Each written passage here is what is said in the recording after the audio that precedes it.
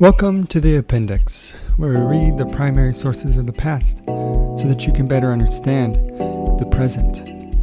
Today's primary source, Virginia Stamp Act Resolutions, May 30th, 1765. On May 29th, the Virginia House of Burgesses resolved itself into a committee of the whole to consider the Stamp Act. Patrick Henry, a new member from Louisa County, introduced 7 resolutions. These were bitterly opposed by many of the Tidewater leaders, but after torrents of sublime eloquence from Henry were passed. The following day, however, the House adopted the first 5 only and rejected the last 2. After Henry's departure, the House expunged the 5th resolution from the record.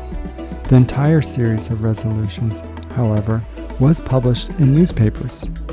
It is in connection and with debate of these resolutions that Henry made his Caesar had his Brutus speech, the actual content of which is apparently very different from that generally given.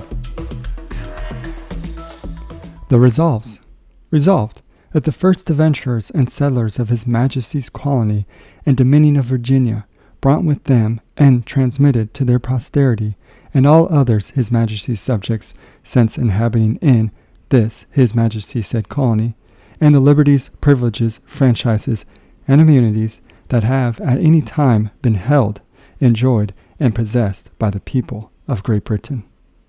Resolved that by 2 royal charters granted by King James I, the colonists aforesaid are declared entitled to all liberties, privileges, and immunities of denizens and natural subjects to all intents and purposes as if they had been abiding and born within the realm of England.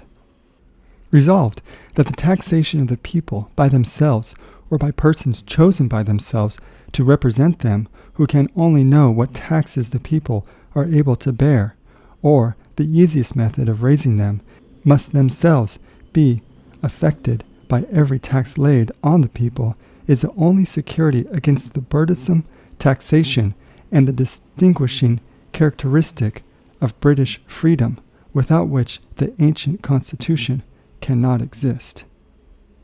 Resolved that His Majesty's lineage, people of this most ancient and loyal colony, have, without interpretation, enjoyed the inestimable right of being governed by such laws respecting their internal polity and taxation, as are derived from their own consent, with the approbation of their sovereign or his substitute, and that the same hath never been forfeited or yielded up, but hath been constantly recognized by the kings and people of Great Britain.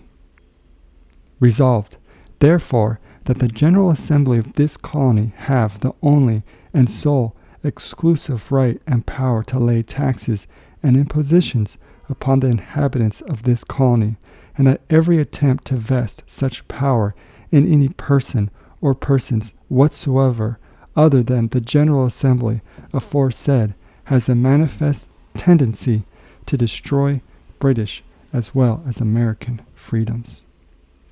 Resolved that His Majesty's lineage people, the inhabitants of this colony, are not bound to yield obedience to any law or ordinance whatever, designed to impose any taxation whatsoever upon them, other than the laws or ordinances of the General Assembly aforesaid. Resolved that any person who shall, by speaking or writing, assert or maintain that any person or persons other than the General Assembly of this colony have any right or power to impose or lay any taxation on the people here shall be deemed an enemy to His Majesty's colony. Thank you for joining us for our primary source today on the appendix. We will see you in the stats.